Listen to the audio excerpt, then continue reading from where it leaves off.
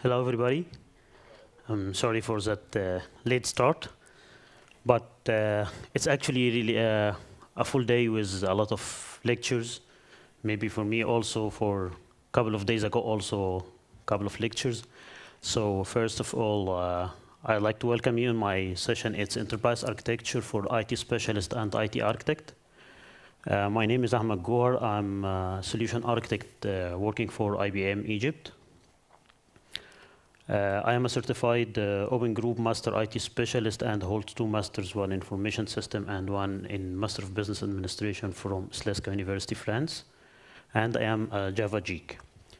And actually, I want this presentation to be interactive between me and you because we are all tired and we need to make some fun of it. And unfortunately, I have an important notice that if you are what is it? Yeah, okay. And if you are thinking about that we are presenting a code or any demos, we are not presenting a code here, we are presenting an enterprise architecture and we will get one of the most popular frameworks that facilitate enterprise architecture activity. So first, I'd like to know you more. How many of you are IT specialists? Please raise his hand up. Okay, and IT architect? Well, okay. And actually any architect, any kind of architect, IT, infrastructure, application, solution, enterprise architecture? Okay, do anyone are enterprise architecture? One, perfect. I need to mention that I'm speaking about enterprise architecture, not Java enterprise architecture. So you are an enterprise architect, not a Java enterprise architect. Perfect. Yeah, perfect. Yeah, okay. So and we all as an IT specialist, we are developers, infrastructure administrators, or database administrators. Sometimes we need to have a next step in our life. Maybe it's in the same career, or we need to change our career. And we have those technical roles which may be undercovered by the IT specialists division. And if you are thinking that about we are 7 or 10 years experience and need to make a second step, or sometimes some disaster that happened to our company and we need to relocate to another company, or we need to have a new step in our life. And sometimes we are asking ourselves about, do I need to be a project manager or a technical lead or an architect? And actually, each one of them has its own roles and responsibility. So,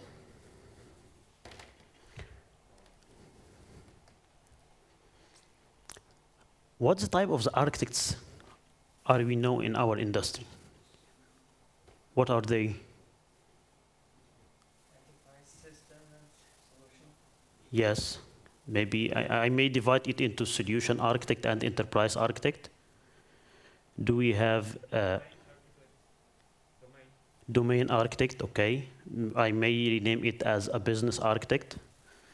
Yeah, I'm just trying to align all the replies with the text in the presentation, but it's yes. What else? Data architect, yeah, okay. So we have a business architect and application architect, data architect, and technical architect. Usually each one of them has its own responsibilities. A business architect usually concerned about the process and the business, and when you are working with a business architect, you usually think about the business, how can he model the business in the right way, how can he change the process, whatever it's implemented or not, like an application or it's a paper-based application. The application architect usually keen about the specific application and how he can design that application to fulfill the business requirement which came from the business architect or business analysis team. In that architecture, then he's trying to think more about the data, how can he store it, what is the most suitable storage, and how can it be retrieved. The technical architect, or sometimes we name it as infrastructure architect, which he deal about software and hardware infrastructure. What is the servers we need? What is the application server we need? The database server we need? And actually, we have a hidden architect for here is an enterprise architecture. That enterprise architecture usually have his supervision over all those architecture from the concepts of the perspective he deal with the business. Actually, every one of those 4 architecture are dealing with his disciplines, but the enterprise architecture, mainly the enterprise architect or the chief architect, usually thinking about the business orientation or the business strategy or the directions of the enterprise organization. Like usually he works in a large enterprise or with a government sector, that what is the vision of the government in the next 10 years. So he needs to know that vision, break it down to some applications or programs or portfolios to be easily facilitated with the other 4 teams. And for that, we have 2 main definitions we will use. Usually, the view and the viewpoint. Do anyone know what's the difference between a view and a viewpoint? Without reading the slide? Okay, with reading the slide. View and a viewpoint. You act as an actor. Yeah. You try to fit in his point of view. Yeah. That is the viewpoint. Yeah. But the view is something you can show him. Yeah. So if Yeah. you want to see some kind of topic, Yes. because it is in his interest, you can show him using one or multiple views of that particular problem or topic. Yeah. Yeah, okay, and I can summarize it. The view is what you see, and the viewpoint is what is the direction and what is the vision you see that action. And I have an image here which represent how can we facilitate stakeholders' view and the viewpoint, that if we are here in the middle, we have an image of the home. Okay, so that is the problem, or that is a business issue we need to address. We have a lot of stakeholders like a builder, plumber, salesperson, and electrician. Every one of that, his view to that object using that viewpoint is different. That if we are thinking about the electrician, he is thinking about how can he make the cords and the electricity, air conditions. The salesperson usually want to sell that house, so he's thinking about the future of that house, zones around it, gardens. And also for the builder, he needs to, where is the walls, what is the rooms can be fitted to that wall. And now we will review some of our architecture roles. And before I getting through that section, I want to inform you that whatever the role in your organization named, like if some roles are named as application architect in organization, but it's actually he is a solution architect. He is working with the entire solution, and vice versa for that. So usually we don't care about the name of the title, but we care about the roles and responsibility of each role. And now we have the application architecture. Sometimes it's named solution architect or technology architect. That application architect has the overall application architecture. He needs to understand the technical requirements of the solution, and he need to deal with the project management, need to deal with his, resources, BOCs. And usually he works with the project manager, the business analyst, designer, developer, tester, infrastructure architect, and actually that was the most common type of architect we usually face in our development life. And the next step of that application architect is solution architect and enterprise architect, and we will see what are those later on. Infrastructure architect is usually dealing with the infrastructure from software perspective and hardware perspective. Do we need a Docker containers, or we shall have a virtualized environment? And if we going through what infrastructure, softwares, and operating system, what is the database topology we need to do, what is the firewall, the security, and all that stuff. And also that the infrastructure architect, its next step is solution architect and enterprise architect also. So the solution architect. First, solution architect, he needs to include some all-over view of the solution itself from a software and infrastructure perspective. And usually solution architect deal with the pre-sales team to make a deal, make a sizing, make an estimate cost, the high level of application and infrastructure architecture. And its next step, it's usually the enterprise architecture. Then the next slide, it should be the enterprise architect. Enterprise architect, and now he is architect. Here we mentioned that he has the architecture review and the governance board. And actually, he is working with the solution architect or the application architect and the infrastructure architect with a high level of direction and also the governance. Governance, what's meant by governance? What the governance is?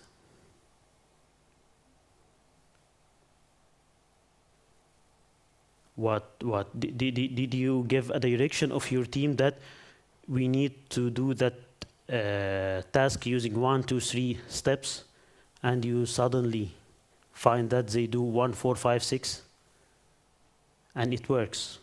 And the governance needs that you need to govern the implementation of your direction. So the enterprise architect usually governs have some governance role to ensure that all his strategic direction had been fulfilled with all the solutions. And usually the enterprise architect taking for board member or CIO or CTO.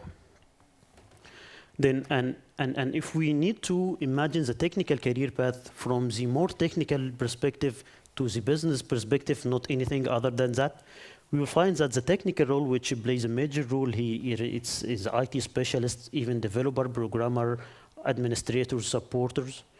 Then the application architect and infrastructure at the same level, each one serve his own area. Then we have more supervisors role, which is a solution architect. And actually, when I say supervision or that, it tends to the business, not to the technical skills. Then the enterprise architect and the CIO and CTO. And if we address the architecture persona in the technology focus and the strategy focus, we will find that we have 4 quadrants. That the technical architect, he is highly technology focused, and he is not caring about the strategy of the organization. The solution architect, he somehow midway between 2 architects because he needs to think about the technology and the strategy. And for the enterprise architecture, he mainly focus about the strategy, whatever the technical decision have been taken, or what's the technical decision to be taken. And do you think every one of us have his own enterprise architect in his IT organization? And actually, yes, somehow, with no, sometimes it's like that, perfect, it's organized. And sometimes it's scattered, and we need to do those bunch of softwares to fulfill our requirement without vision, or it's just a habit. So, and what we need to go to the enterprise architecture, we need 3 main components. One of them is the good architecture framework, which governs the architecture framework, architecture process, what we do to fulfill our requirement. Then we need a knowledge and a professional practice. Then we need a support tool, as we are all need usually in our life. And in a nutshell, if you want to define the enterprise architect, he needs a strategy, high strategy, know a business, usually business domain, and a little of technology. A strategy, because he works with the CXOs, so he needs to speak their language. He needs to know what is the strategy of the organization. And usually, the enterprise architect working in a special domain to know its standard and its regulation. Then the technology that, because sometimes when the enterprise architect don't came from or don't care about the technology perspective, he may support or give some guidance for some software implementations that the technology can't meet at that point. And that summarizes what a good architect need to do, and it's all rephrasing, and the benefit of the enterprise architecture from an IT and from the business, usually from the business perspective, it helps the organization to gain its business strategy. Without the business strategy, we will all die. And from the IT perspective, it make our life easier because it simplify our needs. So, and here we need in the business transformation here, when we try to introduce an enterprise architecture, we need to increase the operational, it increase operational benefit and operational boundaries, IT boundaries, and usually it decreases the operational risk and the cost, and also for the IT. The role of the enterprise architect, usually it's from the strategic perspective or strategic phase, then design phase and the execution phase. In its here the role it's decreasing because he's play a major role in the strategy phase, then it's decreased in the design phase, and in the execution it's it's a governance phase. And now we have a bunch of enterprise architecture frameworks which came from a lot of providers like TOGAF, IBM Enterprise Architect, and NAF Enterprise Architect, Zachman. Do anyone know any of those frameworks? Which one? Zachman, TOGAF. Perfect. There are the. I know about IAI. Yeah. But there is something like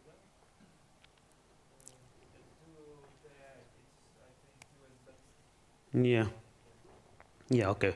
And actually, yes, the TOGAF and Zachman are the most two popular frameworks, and the most popular one is an open group TOGAF framework nowadays, and now we will start to explore the TOGAF framework. But even I do prefer IBM Enterprise Architecture Framework also.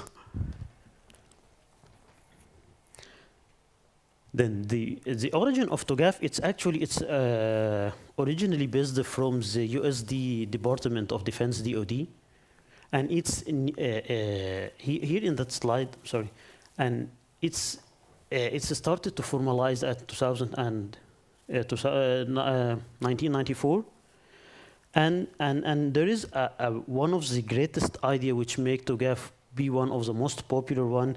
Now that it's no one fits all architect, that we don't have an enterprise architecture framework that fill all our solution. We will see how can we use that framework in cooperation with that word. And that is the maturity level and the history of the TOGAF. And you see it's from 1993, then it had been selected 1994, being first published at 96, then get to some detailed and technical detailed also. We have some technical here at TOGAF 7, it's called the technical edition, which start to dig more into the technical details. And TOGAF 8, it's started the enterprise edition, and now we are working with TOGAF 9.1.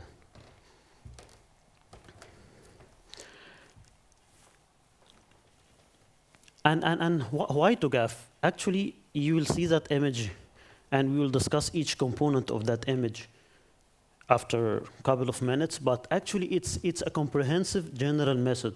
It's comprehensive and general because it isn't related to any industry or any technology.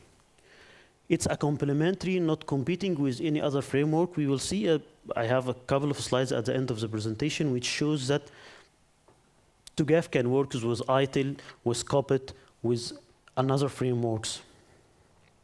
And it's widely adopted market because it is technology and technology and the business independent. It's tailored, And actually tailoring here, and if we are working as an enterprise architect, our main role here, how to tailor the TOGAF component and the methodology and phases to fit the business need.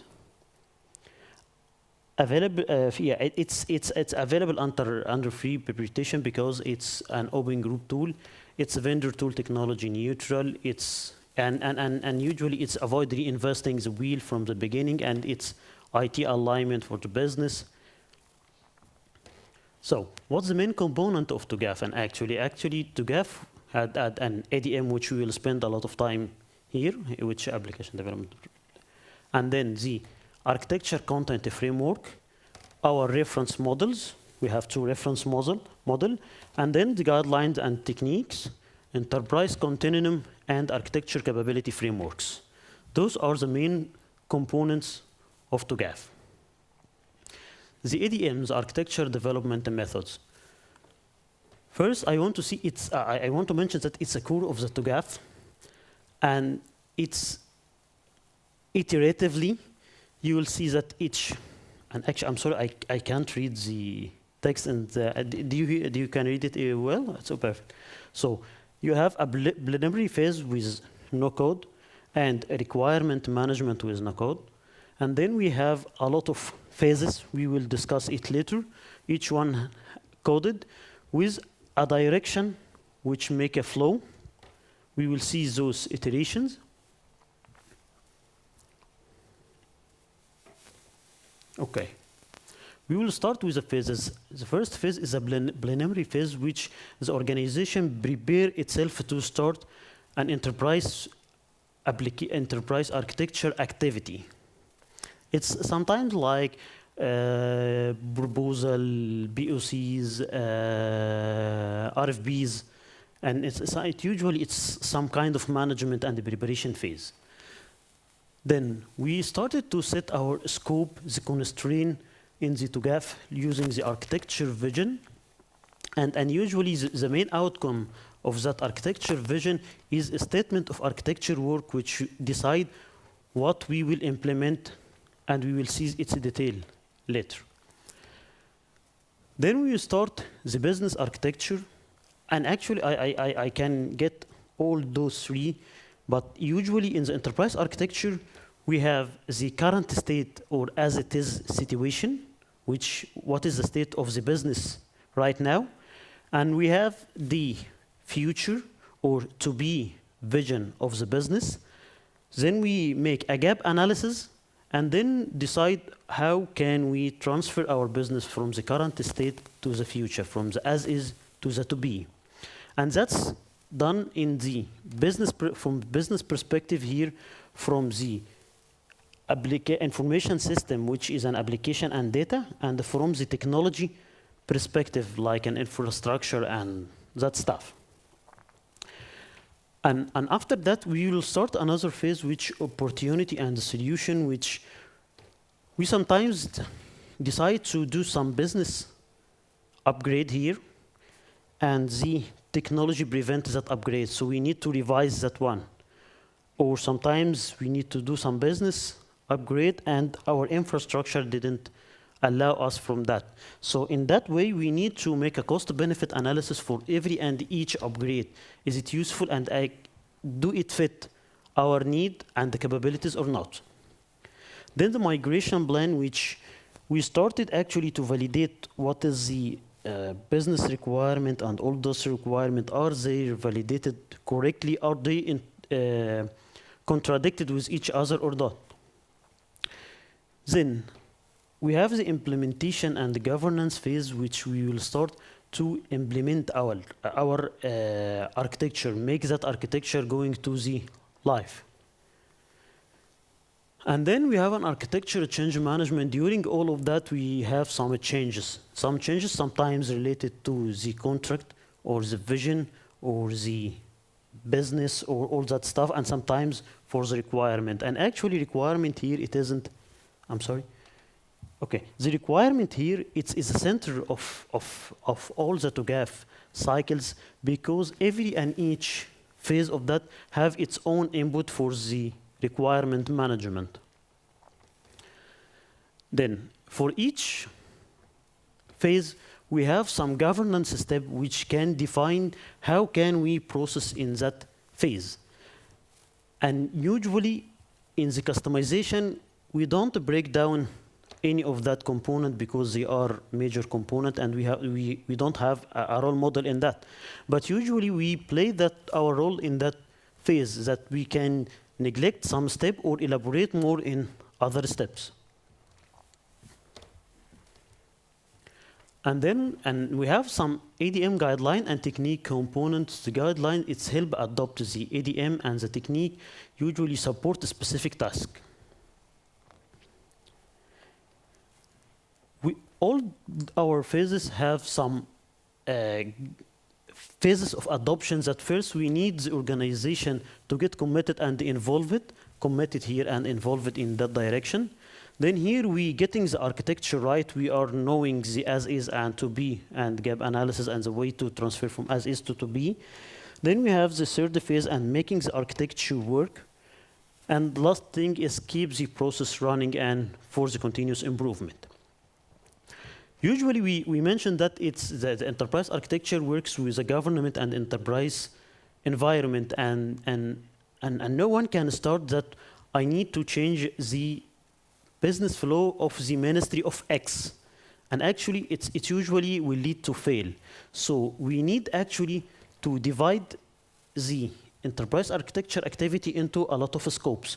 One, it's enterprise strategic architecture that the organization need to do 1, 2, 3 from a vision perspective. Or the ministry need 1, 2, 3. Then it's divided into a lot of segments.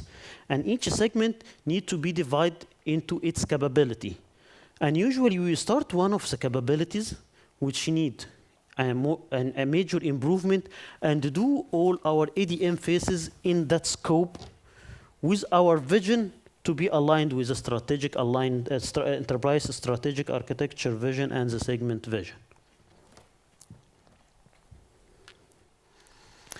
We mentioned that it's an iterative phase, and during that development phase we have, and here we have an implementation phase which goes through the business application infrastructure and selecting the right one and its governance. Sometimes we have an information system iteration here because it's dealing with the data and the application. Usually we have some iteration between the opportunity and the migration plan, and of course between the change management one. Okay, and at that presentation I think that's one, it's much better. Yeah. Okay, we have the architecture realization, which we can start from top down or bottom up. We have the preliminary, the architecture principle. We have the architecture vision, the requirement, and we start the business architecture, information architecture, technology architecture. And each one of them can be divided into more components, and we will not discuss more on that, but I want to share that it's the information system architecture is divided also into data and application architecture. During all our day life, we usually produce deliverables and artifact. We have the architecture deliverable, which artifacts, which may be catalog, matrices, or diagrams, and usually we sometimes get it from a usable building blocks, which we have from industry standard or from the repository, sometimes from the regulatory of the environment. That is the meta model and the relationship, which I can't elaborate it now, but it's a very good presentation to show what is the role of each one involved in the enterprise architecture activity and what he affecting, what is the business unit, what is the component which he can deal with, what is the input and the flow of our work. Enterprise continuum, it's a virtual storage which contain some generic artifacts or specific artifact, and usually we are going into that cycle. Sometimes we started with a generic, I think it's that is generic artifact, and we try to make it for our specific one, or after we deliver our architecture deliverables, we started to make that specific one more generalized, and it is a dilemma of generalization or specialization. And that also represents the architecture repository. Here we have a TRM and triple IM, which are the reference model we usually adapt. And if you have a high level perspective of the TRM, we have an application platform, and usually we define the application platform interface. And between the application platform and the common infrastructure, we have a common structure application platform interface, which make us to think about each one of them separately and its interface between each other. And here we have some quality attributes which may be some user interfaces governed by the industry or the user requirements, some security issue, some technical issue. And that's for the TRM. And for triple IM, what I need to handle it's the qualifier, which is security, mobility, management policy, and performance SLAs. And I think you realized that we didn't get more detail in any technology or any infrastructure, and that's the power of TOGAF, because it's customizable. Then we have a portion which it's called about the tools, and all of us, tools make our life easy. We saw that we have a lot of diagrams or a lot of components need to have some deliverables, some artifacts, some matrices, graphs. So Archimed is one of the best tools that is actually free for TOGAF. We have a lot of tools, but usually it's extremely expensive. Sorry.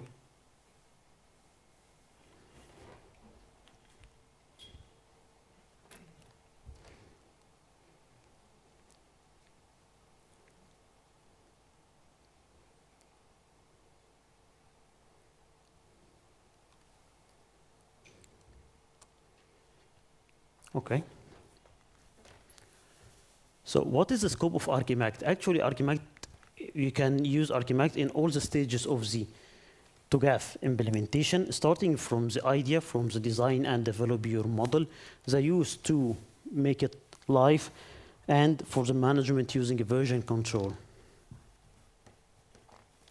Actually, Archimed had its language for modeling those diagrams, and it's a very good visualization. It has a very good visualization interface. Maybe not very good, but it's okay, accepted. And it have some modeling with domains, and usually it's divides the application into a lot of layers, from the business perspective layer and application layer and technology layer.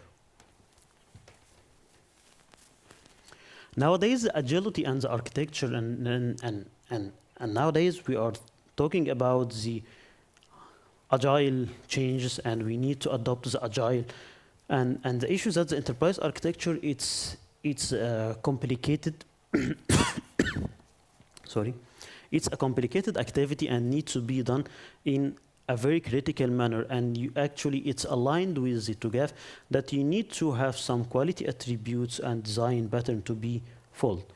And from the architectural skills, we need to have some upfront planning and storyboarding. And storyboarding, usually when you deal with the client in such complex cases, it solves a critical problem that you are trying to formalize his business requirement in storyboarding, like a story, you discuss it to him, and usually you find yourself that you didn't get the need from that engagement, or you are diverted from his direction. And here, actually, the TOGAF is aligned with ITIL, but starting from the technical staff in the TOGAF. And here, it's the mapping between the ITIL service components and the TOGAF business components, or all phases of the TOGAF. Enterprise TOGAF actually mentions that it's incorporated with all other framework, and it isn't and aligned with most of the matured framework, and it's aligned with a COBIT. COBIT is a governance framework, and actually TOGAF didn't provide any component of the governance. So usually when we started to implement TOGAF in our organization, we pick one of the governance framework, which sometimes or usually it's a COBIT. So now we saw that our TOGAF compatible with ITIL, with a COBIT, with a modeling language. And now I'm not digging through the enterprise architecture framework, which called Dachman, but I'll mention that we have an owner view, which is an enterprise model, the design view, which is a system model, the builder view is a technology model. Then we add a lot of views like scope view, then the out of contextual view, as it is a detailed, and the operational view, which is a functional view. And then we need to answer what, how, where, who, when, why question to address all those aspects. And that diagram is usually summarize the TOGAF, the Zachman framework. Here are the aspects which